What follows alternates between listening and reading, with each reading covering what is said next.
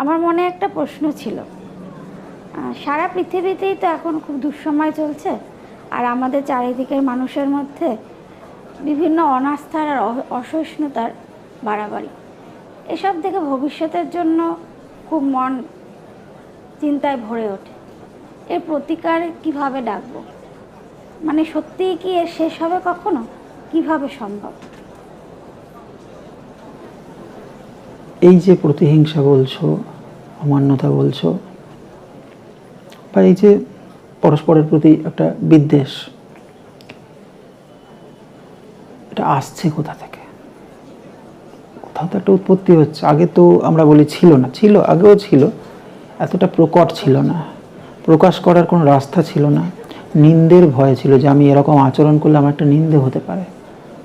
অর্থাৎ আমরা একাধারে বলতে পারি একটা ভালোর মুখোশ পরে থাকার প্রবণতা ছিল, অথবা ভালো হওয়ার প্রতি একটা চাহিদা ছিল। এখন যেহেতু ভালো আর মন্দের মধ্যে তারতম্য খুব কমে গেছে। কারণ ধরো আমি যদি খুব সাধু ব্যক্তি হই, তো তুমি বলবে দারুণ লোক, এত ভালো, এত সৎ মানুষ। অথচ আমারই পরিবার অথবা পরিবার বহির্ভূত কিছু মানুষ বলবে ওর কাছে যাস না, ওর কাছে গিয়ে কোনো লাভ নেই, ও 2 পয়সাও তোকে হেল্প করতে পারবে না। বোঝা গেল? তাহলে আমি ভালো না খারাপ বলো, তুমি পারবে বলতে? ঠিক একইভাবে ধরো আমি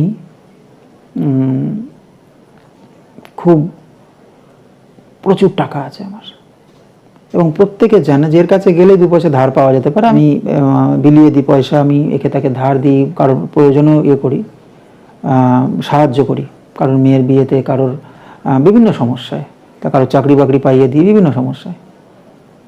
তো সবাই বলে বাবা লোকটা দয়ালু লোক, ভীষণভাবে দয়ালু, এবং মানুষের জন্য তার কত দরদ। আবার কেউ কেউ দেখতে পাবে যে আমি যে অর্থগুলো বিলিয়ে দিই সেই অর্থ আর কিছু লোকের কাছ থেকে কেড়ে নেওয়া, আর কিছু লোকের ক্ষতি করে সেই অর্থ আমার ইয়েতে আসছে। এবার বলো তুমি আমি ভালো না খারাপ? আপেক্ষিক, এক্স্যাক্টলি, পুরোটাই আপেক্ষিক। আমাদের জীবন হচ্ছে ঢেকির মতো, একদিকে ডাউন হয় তো আরেকদিকে ওঠে। তুমি লকডাউন পিরিয়ড বলছো, মন্দা সময় বলছো, এটাও আপেক্ষিক, এ চলে যাবে। কিন্তু যদি বর্তমান সময়কে ধরো, তাহলে যে আমরা দেখছি আমরা ডাউনে আছি, কোথাও না কোথাও উঠে আছে। আমরা ডাউনে আছি বলে কোথাও না কোথাও উঠে আছে। কিন্তু আমরা যেহেতু খুব 4 দেওয়ালের মধ্যে বসবাস করি, তো আমাদের মনে একটা অবচেতনে চলেই, সে সারা পৃথিবীতে বা সারা দেশেই বুঝি এরকমই চলছে। এটা সত্য কথা নয়। ওই কারণে আমাদের মুখে খুব দেশ দেশ উঠে আসে, দেশের সমস্যা, রাজ্যের সমস্যা। না, সব জায়গায় এটা নয়, গবেষণা করলেই বেরিয়ে আসবে। এবং গবেষণা করতে খুব একটা কষ্ট পেতে হবে না, কারণ যাদের জায়গাটা ঠিক আছে, উঁচুতে আছে, উচ্চতায় আছে, তারা চুপ করে আছে। যাদের সমস্যা হচ্ছে তারা বেশি মুখ খুলছে, তারা ত্রাহি ত্রাহি অবস্থা, আর এটা খুব স্বাভাবিক। তো আমি ওই প্রসঙ্গে যাচ্ছি না, ওটা নিয়ে আলাদা কথা হতে পারে। আমি জাস্ট পরিস্থিতিটাকে একটু পর্যালোচনা করলাম যে ভালো মন্দ। তো ভালো আর মন্দ আপেক্ষিক, কিন্তু আপেক্ষিক হলেও ব্যাপারটা কি? ব্যাপারটা হচ্ছে ধারণা। ভালো ধারণা আর মন্দ ধারণা, ভালো ধারণা আর মন্দ ধারণা, এগুলো ধারণা। আর ধারণা কোথা থেকে আছে? ধারণ করা, মানে তুমি তোমার মনে যে বোধটাকে ধারণ করেছো তাই তোমার ধারণা। তা আমি সুতো ধরে দড়িতে আসি, যে ধারণা যে মন ধরেছে, তাহলে মন কি? ধারণা দ্বারাই গঠিত হয় মন। তো ব্যাপারটা আরেকটু আমি খোলতাই করছি। মানুষকে আমরা যেমন বলি যে মানুষ 2টো জিনিস নিয়ে তৈরি, এক হচ্ছে মন, যেটাকে আমরা হৃদয় বলে থাকি অনেক সময়, মন আর শরীর, এই 2টো মিলিয়ে মানুষ তৈরি, তাই তো? কিন্তু এটা অনেকটা চলতি কথা। চলতি কথা কেন? আসল যে 2টো ভাগ নিয়ে মানুষ তৈরি, তার পরিভাষাটা এরকম: অস্তিত্ব এবং চেতনা। অস্তিত্ব এবং চেতনা। চেতনার খুব ক্ষুদ্র একটা পার্ট হচ্ছে ধারণা। ধারণা খুব ছোট হয়, ধারণা কোনো একটা বিষয় ভিত্তিক হয়। আর চেতনা একটা জাগরণ। চেতনা হচ্ছে একটা জাগরণ, জেগে আছো তুমি, তো চেতনায় আছো, চেতন আছো। আর অস্তিত্ব কি? অস্তিত্বকে শুধু শরীর বললে ভুল হবে, কিন্তু অস্তিত্ব এমন একটা বস্তু যা তুমি জন্ম থেকে পেয়েছো, একটা অধিকার। জন্ম থেকে একটা মাস পেয়েছো, সেটা অস্তিত্ব। কিন্তু অস্তিত্বই সব নয়, অস্তিত্ব চেতনা নির্ভর। দর্শনের ভাষায় অস্তিত্বকে বলা যায় সৎ, আর চেতনাকে চিত। চিত। তো এই সৎ আর চিত নিয়ে মানুষ গঠিত। এটা এই ব্যাখ্যাটা আমি কত জানি এইটা বোঝাবার জন্য, জানি তো অনেক কিছুই, বলার মতো অনেক কিছু আছে, আমি সেদিকে যেতে চাইছি না। আমি এই ব্যাখ্যাটা এই কারণে দিলাম যে, কেন বললাম অস্তিত্ব চেতনার নির্ভরশীল? অস্তিত্ব চেতনার ধারক, পাত্র, আর চেতনা অস্তিত্বের প্রাণ। ওই কারণে বলা হয় না, কেউ যদি মানসিকভাবে বিকল হয় তার অস্তিত্ব নেই বলতে পারো? অস্তিত্ব আছে, সে একটা মানুষ। সব থেকে বড় কথা, সে যতই অসুস্থ হোক, মানসিক বৈষম্যহীন হোক, বা যা হোক, কিছু একটা ইয়ে হোক, কিন্তু সে মানুষ, তার অস্তিত্ব আছে। চেতনা নেই, তাই তাকে আমরা পাগল বলছি, বিকল বলছি, এরকম বিভিন্ন আখ্যা দিচ্ছি। চেতনা নেই। তাহলে চেতনা কি? চেতনা অর্জন করার জিনিস, যা অভিজ্ঞতার মাধ্যমে অর্জিত হয়। এই যে লেখাপড়া শেখো, লার্নিং পিরিয়ড, স্টাডি পিরিয়ড, এগুলোও কিন্তু আসলে একটা অভিজ্ঞতা। তুমি ক্লাস 1, ক্লাস 2, ক্লাস 5-এর অভিজ্ঞতাগুলোকে জমা করছো ধীরে ধীরে, তোমার চেতনার পরিধি বাড়ছে। মানে চেতনা কি থেকে এসেছে? চেনা শব্দ থেকে। যা কিছু তোমার চেনা, যা কিছু তোমার জানা, তাই তোমার চেতনা। সুতরাং তুমি তোমার অস্তিত্বকে সেইভাবে কন্ট্রোল করতে পারো যে আমি কি জানবো। যা তুমি জানবে, যা তুমি চিনবে, তাই তুমি ভাববে। যা তুমি জানবে, যা তুমি চিনবে, তুমি তাই ভাববে। আর যা তুমি ভাববে, সেই মতো তোমার অস্তিত্ব তৈরি হবে। আমরা যদি অন্যের অস্তিত্ব সম্পর্কে না ভেবে একবার নিজের অস্তিত্বের দিকে তাকাই, তাহলে আমরা খুব সহজ একটা সমাধান দেখতে পাবো। যে আমাদের দ্বারা সম্ভব, আমাদের মন, হৃদয় বা যা কিছু, মস্তিষ্ক, সব কিছু নিয়ে সম্ভব আমি আমার অস্তিত্বকে নিয়ন্ত্রণ করতে পারি। আমি বিকল হব না। বিকল দু ধরনের হয়। এক হচ্ছে শারীরিকভাবে সে বিকল হলে তার চেতনা সে গ্রহণ করতে পারে না, তার অভিজ্ঞতাকে সে মনে রাখতে পারে না, সে ভুলে যায়, তখন সে এক রকমের বিকল হয়। আর একটা বিকল আছে, যে বিকলাঙ্গ এখন সামাজিক হয়ে গেছে, যেখান থেকে তোমার প্রশ্নটা উঠে এসেছে। সেটা কি? সেটা যে তুমি যদি অতিরিক্ত বাহ্যিক বিভিন্ন সমস্যার সমাধান, উৎকর্ষতা, মজা, আনন্দ এবং অন্যান্য বিভিন্ন বিনোদন নিয়ে তুমি বেশি প্রভাবিত হও, তো তুমি আরেক ধরনের বিকল হলে। মানে তোমার নিজস্ব অস্তিত্বের যে নিজস্ব চেতনাগুলো, সেগুলো ঢাকা পড়ে যাচ্ছে অন্য কিছু দ্বারা প্রভাবিত হয়ে। এটাও এক ধরনের বিকলাঙ্গতা। আর এটাই বেড়েছে। একটা অদ্ভুত ব্যাপার এসছে, কেউ ভাবছে না যে আমার অস্তিত্বকে আমি কিভাবে নিয়ন্ত্রণ করব। এবার এই প্রশ্নটা শুনলে অনেকেরই রাগ হবে, মানেটা কি? আমার অস্তিত্বকে অস্তিত্ব যখন জন্মগত অধিকার, তো আমার সঙ্গেই আছে সেটা। আমি যা করছি তার মধ্যে, হ্যাঁ অবশ্যই আমি যা করছি আমার সেই কাজের সঙ্গে, সেই ভাবধারার সঙ্গে অস্তিত্ব মিলেমিশে যাচ্ছে, তাই না? কিন্তু তুমিই তো বলো, রোজ এক খাবার খেতে ভালো লাগছে না, রোজ এক সিনেমা দেখতে ভালো লাগছে না, রোজ একই জিনিস বারবার দেখতে ভালো লাগছে না, তাই না? তা তোমার অস্তিত্বের কি হাল ভাবো। ধরো গোটা একটা দেশে, গোটা একটা রাজ্যে মানুষ যা যা করছে, তুমি প্রভাবিত হয়ে সেই একই কাজ করছো, তোমার অস্তিত্ব বোর হচ্ছে যে দূর একই ব্যাপার হচ্ছে। মানে মানুষের নয়, অস্তিত্বের ক্লোন তৈরি হচ্ছে। অস্তিত্বের ক্লোন তৈরি হচ্ছে ঝাঁকে ঝাঁকে। সমস্যা অথবা সমাধান, এটা তো সুবিধের জন্য একটা ভাগ করে দেওয়া। ওই যে বললাম ঢেকি, আসলে যখন সমস্যা আছে তার অর্থ হচ্ছে সমাধানে যাওয়ার পথ আছে। আর যখন সমাধান আছে তার অর্থ হচ্ছে সমস্যার জন্য আমি প্রস্তুত হতে পারি এখন, যাতে কোনো সমস্যা এলে আমার সেই ধাক্কা কষ্ট না উপভোগ করতে হয়, অথবা আমার পরিবারকে না সমস্যা পড়তে হয়, আমার দেশকে আমার রাজ্যকে না সমস্যা পড়তে হয়। এমনটা তো নয় যখন সমাধান আছে, যখন আনন্দ আছে জাস্ট ভেসে যাও, তা তো নয়।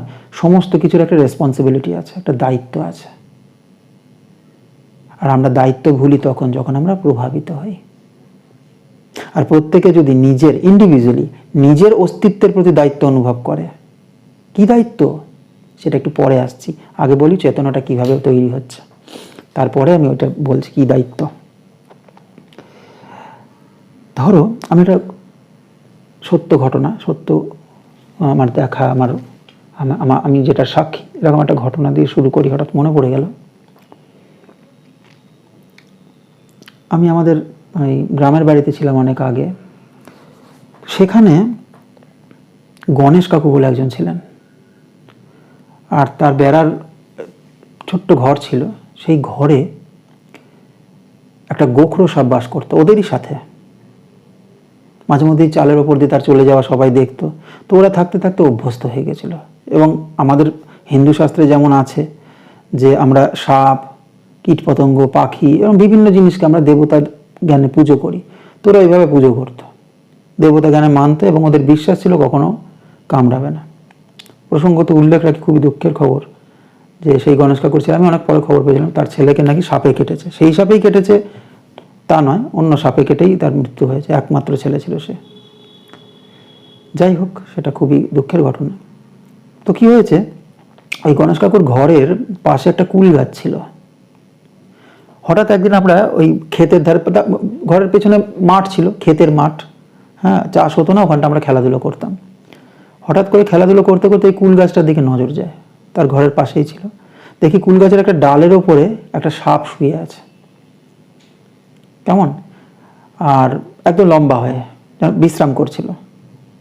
আর সাপটার পেটের কাছটায়, গলা থেকে কিছুটা নিচে বড় ফুলে রয়েছে, কিছু খেয়েছে সে, ওই জায়গাটা ফুলে রয়েছে প্রচণ্ড। তো চারিদিকে হই হই শব্দ। তখন একজন মহিলা বললেন যে কলতলায় জল আনতে গিয়ে তিনি দেখেছেন যে সাপটা পাখির বাসা থেকে একটা গোটা পাখিকে, জ্যান্ত পাখিকে গিলে খেয়েছে। ওখানে আমরা কাকিমা বলে ডাকতাম, সে বলেছে যে আমি আসতে গিয়ে দেখলাম এরকম এরকম ব্যাপার। তো আমাদের প্রত্যেকের মধ্যে সাংঘাতিক ক্রোধ এলো।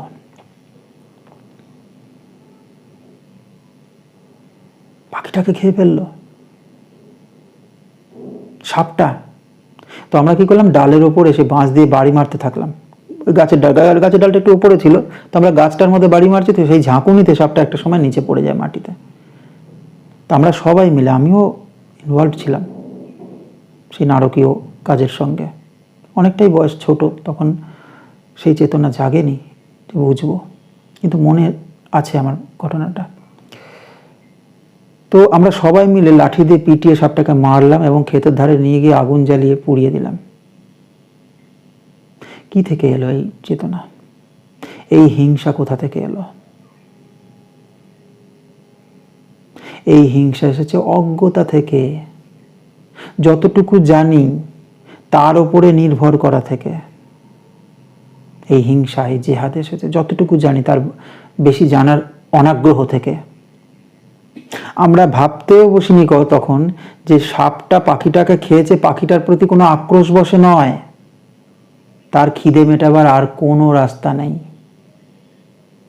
প্রকৃতি তাকে এই খিদে মেটাবার পদ্ধতি দিয়েছে, জানবার চেষ্টাই করিনি কেউ না। ওখানে বয়োজ্যেষ্ঠ যারা সেই ঘটনার সামনে হাজির ছিলেন তারাও জানে না, জানতে চায়ও না। হ্যাঁ, আমরা কি জানতাম? আমরা সেই ঘটনা ঘটিয়েছি, আমরা কি জানতাম? আমরা জানতাম সাপ মানেই বিষ, সাপ মানেই হিংস্রতা, পাখি মানে সুন্দর। আমি একটু আগে আমার ব্যালকনিতে বসেছিলাম, টিপটিপ বৃষ্টি পড়ছে ইলশেগুড়ি বাইরে। সকালবেলা ঘুম থেকে উঠে আমি এই ব্যালকনিতে গিয়ে দাঁড়াই, বসি, পূর্ব দিকের ব্যালকনি। অন্যান্য দিন সূর্যোদয় দেখি, আজকে আমি বসে বৃষ্টি দেখছিলাম। গাছের পাতাগুলো গুটিয়ে আছে কিন্তু খুশি আছে। হঠাৎ করে দেখি দুটো বুলবুলি পাখি উড়ে বেড়াচ্ছে। আহা কি মনোরম দৃশ্য। মনে হলো এই ইলশেগুড়ি বৃষ্টিতে বুলবুলি পাখি দুটো কি আনন্দে বিহ্বল, এবং সত্যিই তাই, তার আনন্দে এই ডাল ও ডাল থেকে দুজনে উড়ে উড়ে বেড়াচ্ছে। হঠাৎ করে মনে প্রশ্ন জাগলো, ওদের দেখে আমার আনন্দ লাগছে তাই আমি ভাবছি ওরা আনন্দিত। এমন তো নয় যে ওরা একটা আশ্রয় খুঁজছে, এমন তো নয় যে ওরা আসলে খুব বিপদে আছে, খুব সমস্যায় আছে। আমার আনন্দ লাগছে ওদেরকে দেখে তাই ভাবছি ওরাও আনন্দ কি সুন্দর উড়ে বেড়াচ্ছে। ওদের ওরাটা ওদের কাছে সুন্দর লাগছে না। তুমি যখন কোনো বিকলাঙ্গকে ভিক্ষা দাও, তোমার মনে সেই বিকলাঙ্গ থেকেও বেশি ব্যথা বোধ থাকে, কারণ তোমার অবচেতনে এইটা থাকে যে ওর জায়গায় আমি নিজেকে কল্পনাও করতে পারি না। এত কষ্ট মানুষ থাকতে পারে। সেই বিকলাঙ্গকে খোঁজ নিলে দেখা যাবে যে যদি জন্মাবধি বিকলাঙ্গ হয়, তার জ্ঞানই হয়েছে ওই রকম থেকে, সে জানেই না দু পায়ে হাঁটতে গেলে কেমন লাগে, সে অভ্যস্ত হতে। এক্স্যাক্টলি, অভ্যেস আমাদের চেতনাকে গ্রাস করে রাখে। আমরা আমি বলি কাকে? কাকে? নিজেকে। এই নিজেকে আমি বলতে বলতে আসলে আমি শব্দটা আমাদের জীবনের সব থেকে প্রবল অভ্যেসে পরিণত হয়েছে। আমি থেকে তারপরে আসে আমরা, তারপরে আমাদের। কিন্তু আমি মরে না, আমি নিশ্চিহ্ন হয় না। আমি আমরাতে পরিবর্তিত হওয়ার পরেও মানুষ আমি বলে ভাবে। পরিবারটা আমার, রাজ্যটা আমার, দেশেরটা আমার। কিন্তু আমি কথাটার সঙ্গে যে দায়িত্ববোধ থাকে তা কিন্তু ভাবে না। আমার দেশ আমাকে এই সুবিধা দিতে বাধ্য, আমি এই দেশের নাগরিক। কিন্তু কেউ বলে না যে আমি এই দেশের নাগরিক, আমি বাধ্য আমার দেশের জন্য এটা করতে। বলে? যাই হোক, সেটা আমি কাউকে ছোট করছি না। এগুলো আপেক্ষিক, তার জীবনের চেতনা অভিজ্ঞতার উপর নির্ভর করে। তো কি হলো? সাপকে আমরা যে চেতনায় ভাবতে অভ্যস্ত, আমরা সাপের প্রতি সেই ব্যবহার করতে অভ্যস্ত। পাখিকে আমরা যেভাবে, পাখি যতই ব্যথায় দরদে ফেটে যাক, পাখিকে আমরা সুন্দরী বলে যাব, কিন্তু এগিয়ে যাব না। আমরা সাপকে পুড়িয়ে মারবো, কিন্তু তার পেট চিরে পাখিটাকে উদ্ধার করতে পারবো না। আমরা একবার ভেবে দেখলাম না যে তার পেটের ভেতরে পাখিটা তখনও জীবিত থাকতে পারে। তো যদি সত্যি পাখির প্রতি আমাদের এত দরদ, তাহলে ওর পেট কেটে পাখিটাকে উদ্ধার করি। তা কিন্তু নয়, আমরা শান্ত হয়ে গেলাম সাপটাকে মারতে পেরে, যেন না জানে কি মহৎ কাজ করে ফেলেছি। এটাই চলছে।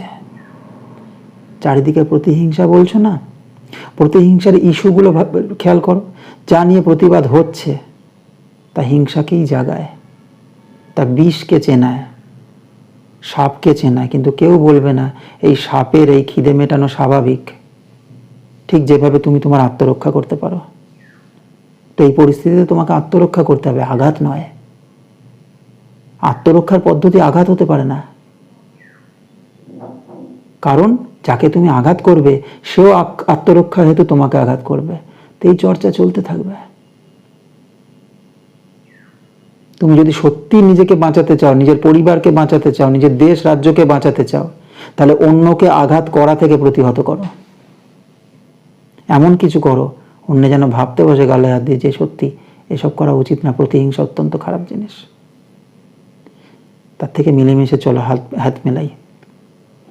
কিন্তু মিলেমিশে কিছু করার যেন একটা জায়গায় চলে এসেছে, একটা কারণই এসে গেছে যে প্রতিবাদ করো।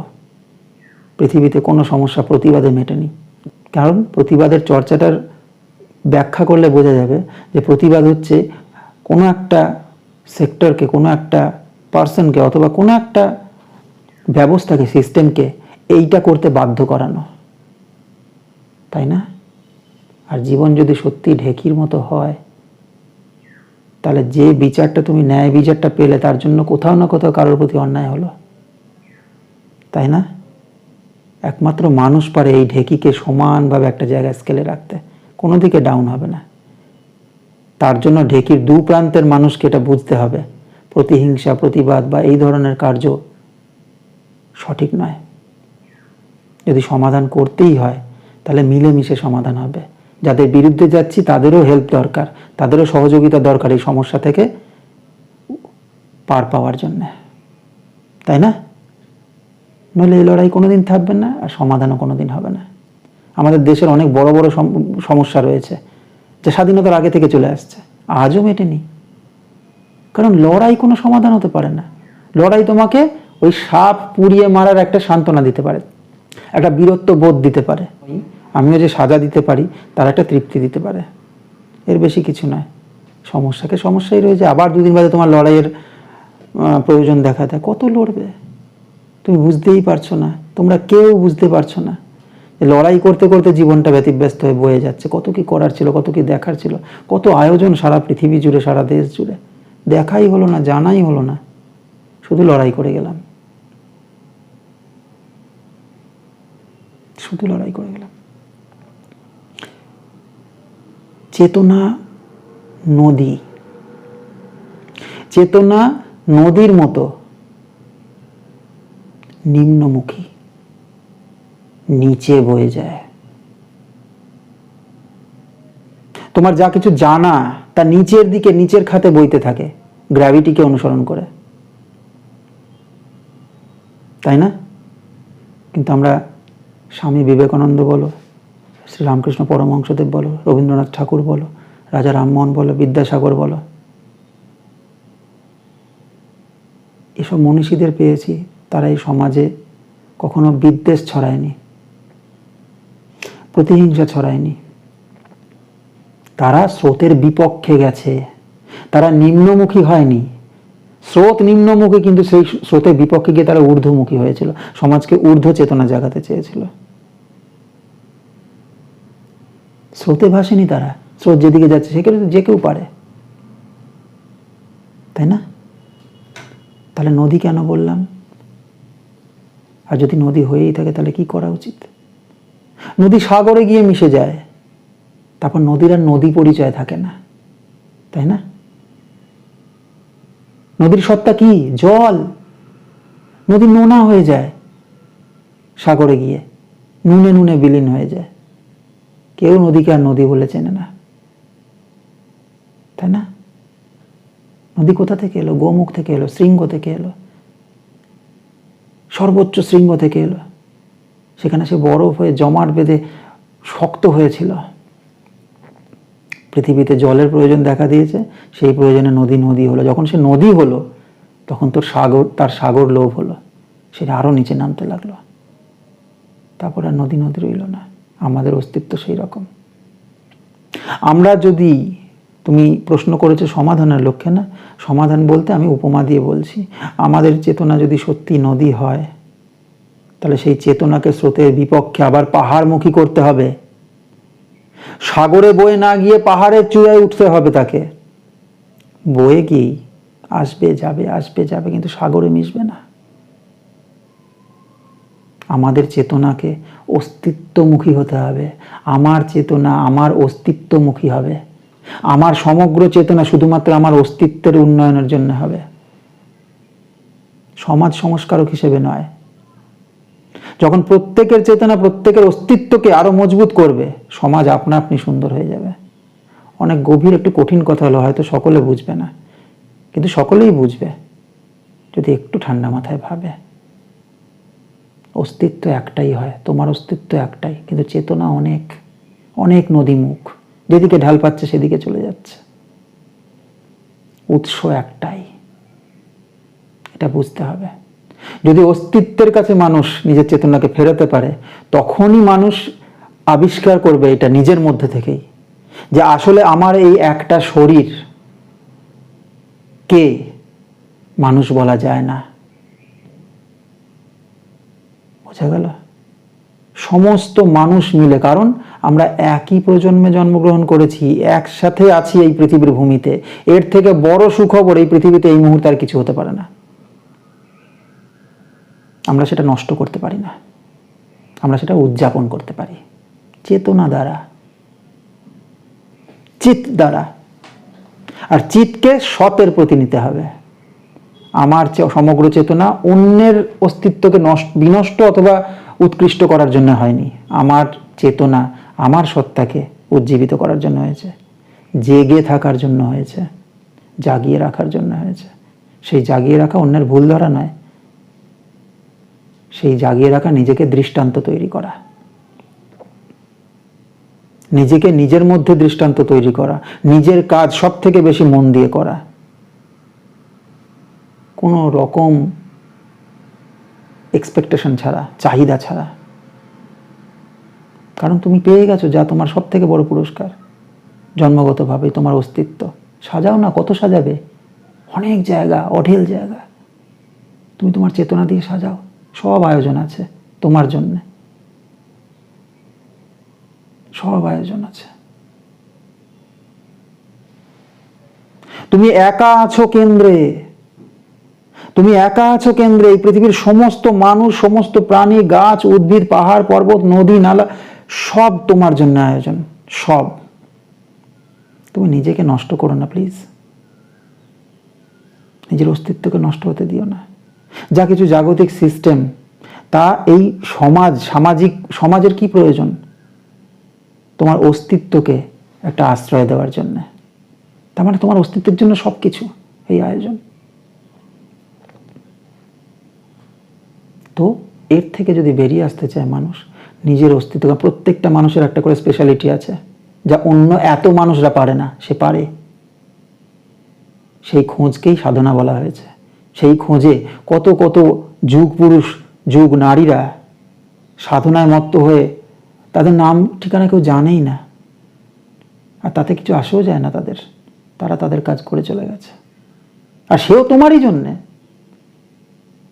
তুমি জন্ম নেবে বলে একদিন, তুমি একটা সমাজ, একটা পৃথিবী, একটা জগৎ পাবে বলে। ভাবো তো তোমার জন্য কত কি করা হয়েছে। এটা বুঝতে হবে, এটা বুঝতে হবে, শান্ত হতে হবে, নিজের অস্তিত্ব এবং চেতনার দিকে তাকাতে হবে। চেতনার উন্মেষ আর অস্তিত্বের শক্তি তোমার সব থেকে বড় বা একমাত্র প্রাপ্তি। আর কিছু তুমি পেতেই পারো না, বাকি কিছু আপেক্ষিক। সুখ, দুঃখ, হিংসা, ক্রোধ, মায়া সব আপেক্ষিক। জীবন ফুরিয়ে যাচ্ছে, তোমার অস্তিত্ব দুর্বল হয়ে যাচ্ছে, আর তাই তুমি এত ছটফটিয়ে উঠছো। যত দুর্বল হচ্ছে তত ছটফটাচ্ছ। তো বোঝো কেন এত ছটফটানি, কেন এত ইগো আসছে, কেন মনে হচ্ছে মানুষ আমাকে ছোট করছে বোধহয়। তো আমিও ছোট করি, নইলে আমি উঠতে পারবো না। পদ্ধতিটাই ভুল, কারণ চেতনাটা ভুল। খুব দরকার, গতিমুখ পাহাড়ের দিকে করা খুব দরকার।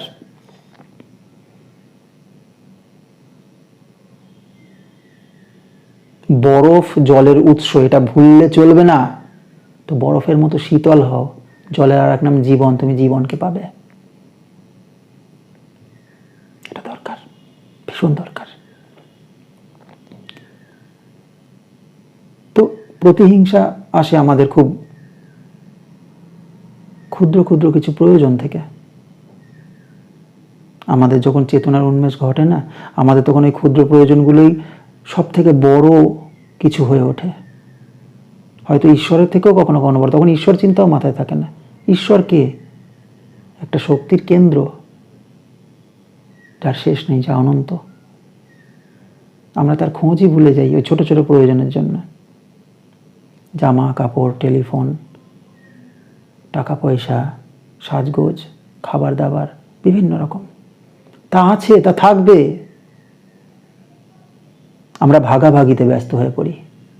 সমস্যা এইখানে। যে পেল না সে আক্ষেপ জানালো, আর যে পেল সেও আক্ষেপ জানালো। কেন? সে আরো বেশি পেতে পারত, সে আরো বেশি পেতে পারত, তাই না? এর শেষ নেই। যার শেষ নেই তা নিয়ে এত লড়াই কিসের? তুমি ভাবছো সমাধান হবে এই লড়াইয়ের পরে? এলো না, আবার লড়লে, আবার লড়াই হলো, আবার লড়াই হলো। ইতিহাস ঘাটো, শেষ নেই। ক্লান্ত হবে কবে? তোমরা ক্লান্ত হবে কবে? এই ভেদভাব, ভেদাভেদির শেষ নেই।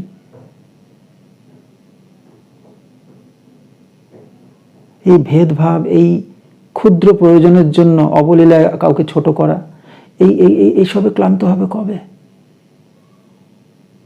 ছোটবেলা কেন আমাদের কাছে এত সুন্দর? সেই একসাথে গাদি খেলতাম, লুকোচুরি খেলতাম, তখন ভেদভাব ছিল মনে? ছিল না। তাই ছোটোবেলা সবসময় আমাদের কাছে সুখস্মৃতি দেয়। তা যত কষ্টেরই হোক, হয়তো দরিদ্র ছিলাম, ছেঁড়া ফাটা প্যান্ট পরতাম, ঠিক মতো খেতে পারতাম না পুষ্টিকর খাবার, তবু সুন্দর ছোটোবেলায়। কেউ যদি কোনোভাবে বরদান দিতে পারে যে ছোটোবেলায় ফিরে, সঙ্গে সঙ্গে বলবো হ্যাঁ ভাই আমি ছোটোবেলায় যেতে চাই। সবাই চায়। কেন? তখন সত্তা আর চেতনা এক হয়ে থাকে পরস্পরের জন্য, সবাইকে ভালো লাগে, সবার প্রতি দুর্বলতা ভালোবাসা অনুভব করি। আজ কোথায় গেল? আমরা আমাদের সন্তানকেও সেই ভালো লাগা দিতে পারি না, তাদেরকেও ট্রেন্ড করি এই এর সাথে মিশবি না, বিভিন্ন ইনস্ট্রাকশন থাকে। তাহলে এত প্রযুক্তি, এত কিছু যে আমাদের জন্য হলো, এত আয়োজন, আমরা আমাদের জীবনের মতোই সেগুলোকে নষ্ট করলাম। এটা বুঝতে হবে। শেষ কথা, যখন তুমি নিজের সত্তাকে পরিপূর্ণভাবে চিনতে পারবে, তখন তুমি অন্যান্য সমস্ত মানব এবং মানবীদের সত্তাকে চিনতে পারবে, তাদের চেতনাকে সম্মান জানাবে। নিশ্চিহ্ন হয়ে যাবে এই আক্রোশ, এই জেহাদ, এই অকারণ তিক্ততা। তখন তুমি বা তোমরা, আমরা ভীষণভাবে লজ্জা পাবো এই আমি অভ্যেসে। তখন আমাদের অস্তিত্বের দুঃখটা বুঝবো, যে আমাদের অস্তিত্ব বোর হচ্ছে, একঘেয়েমিতায় সে কাতর হচ্ছে, বিষণ্ণ হচ্ছে। আর আমি নয়। এখন আমি জাগতিক চিন্তা করব, সামাজিক নয়। জাগতিক অথবা মহাজাগতিক চিন্তা করব, কারণ তার শেকড়েই আমাদের জন্ম, আমাদের মৃত্যু, আমাদের সমস্ত রহস্য আছে, আমাদের জীবনযাপনের রহস্য আছে। তা একবার যদি প্রকৃতিকে অনুসরণ করে আমরা সেটা, একটা গাছের জীবন অনুসরণ করো, কত সুখ, কত আনন্দ দিতে পারবে নিজের সত্তাকে এবং অন্যকেও।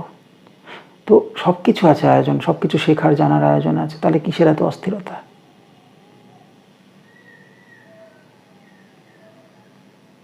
চেতনা কিসের জন্য আসছে আর তাকে তুমি কিভাবে প্রয়োগ করতে পারো, তার জন্য তোমাকে সবসময় অস্তিত্বমুখী থাকতে হবে। এটা এই আলোচনার একমাত্র বার্তা আমার তরফ থেকে। অস্তিত্ব যা সবাই পেয়েছে, আমরা অনেক অস্তিত্বহীনতায় ভুগি, এর কোনো মানে নেই। তুমি জন্মের সাথে তোমার অস্তিত্ব পেয়েছ, চেতনা পাওনি, সচেতন হওনি, এটাই মুখ্য কথা। তাই এত চারিদিকে এত জিঘাংসা, চারিদিকে এত অমান্যতা। স্টুডেন্ট টিচারকে মানছে না, টিচার গার্জেনদের মানছে না, মন্ত্রী জনগণকে মানছে না, জনগণ মন্ত্রীকে গালিগালাজ করছে, মিডিয়া জনগণের তোয়াক্কা করছে না, জনগণ মিডিয়াকে বিশ্বাস করছে। চারিদিকে বইপত্রের শিক্ষা দীক্ষার একদম উল্টো প্রয়োগ হচ্ছে, কারণ আস্থা নেই, বিশ্বাস নেই, কারণ সাধনা নেই, একাগ্রতা নেই, অস্তিত্বমুখী কোনো মনোভাব নেই। আমি এটা সমস্যা দেখাচ্ছি না, সমাধান ওই একটাই, যেভাবে হোক, আর কোনো সমাধান নেই, যেভাবে হোক, যারা পারবে তারা উতরে গেল জানবে, তাদের কাছে এই সমস্যাই নয়, কারণ তারা জানে সমাধানটা কোন পথে আসবে। অস্তিত্বমুখী হতে হবে, যা তুমি সব থেকে বড় উপহার হিসেবে পেয়েছো ঈশ্বরের কাছ থেকে। না, অবিশ্বাস কিচ্ছু দিতে পারে না। অবিশ্বাস, লড়াই, জেহাদ, দায়ী করা, তুমি এর জন্য দায়ী, সেটা তাকে বুঝতে দাও। তুমি বললে সে কখনোই বুঝবে না, আর স্বীকারও করবে না। তোমাকে বুঝতে হবে সাপ, পাখি দুজনেই প্রাকৃতিক প্রাণী, আর পাখির মধ্যে এমন পদ্ধতি আছে যে তারা নিজেদেরকে আত্মরক্ষা করতে পারে। তোমার দরকার নেই তার আত্মরক্ষার জন্য, তুমি তোমার অস্তিত্ব নিয়ে ভাবো, তুমি তোমার অস্তিত্ব নিয়ে ভাবো। আমরা পাখিদের কথা চিন্তা করে সাপদের মেরেই আসছি, তারপর সাপেদের দল যখন একসাথে জোট বেঁধে বিদ্রোহ করছে, তো এই চলতে থাকছে, সেই শুরু, যার কোনো শেষ নেই। আমি প্রার্থনা করব ঈশ্বর সকলের চেতনাকে আর একটু অলৌকিকভাবে, এখন দরকার তাই, অলৌকিকভাবে একটু অস্তিত্বমুখী করে দিক। আমার বিশ্বাস মানুষ এত অবুঝ নয়, কোনোদিন ছিল না। মানুষের মধ্যে সেই অবুঝপনার সিস্টেমই নেই যে মানুষ দীর্ঘ সময় ধরে ভুল করে যাবে। একমাত্র মানুষই নিজের ভুল থেকে ভুল ঠিকটা শেখে, সঠিক পথ শিখে নেয়, জেনে নেয় এবং তা প্রকাশ করতে পারে। নিশ্চয়ই একদিন সব ঠিক হয়ে যাবে, সমস্ত কিছু ঠিক হয়ে যাবে। আসে এক একটা সময়, জোয়ার, হয়তো প্রকৃতি অথবা ঈশ্বরেরই ইচ্ছা তা আমাদেরকে কিছু শেখাতে চায়, আমাদের চেতনাকে আরও সঠিক করতে চায়। অপেক্ষা করা, সাধনা করা এবং নিজেকে অস্তিত্বমুখী করা, নিজের চেতনাকে, অভিজ্ঞতাকে আরও সঠিক পথে, আমি প্রতিদিন কি দেখছি, কি ভাবছি, কি চাইছি, এটাই আমার চেতনা। তার গতিমুখ, তার পদ্ধতিগুলো পাল্টে ফেললেই অস্তিত্ব, জীবন, সমাজ, সমস্ত কিছু পাল্টে যাবে। অস্তিত্বের ক্লোন যেন তৈরি না হয়, কারণ প্রত্যেকের আলাদা আলাদা দায়িত্ব নিয়ে সে জন্মগ্রহণ করেছে। প্রতিটা অস্তিত্ব জন্মেছে আলাদা আলাদা দায়িত্ব নিয়ে, সেই দায়িত্ব বোধ থাকা ভীষণ জরুরি।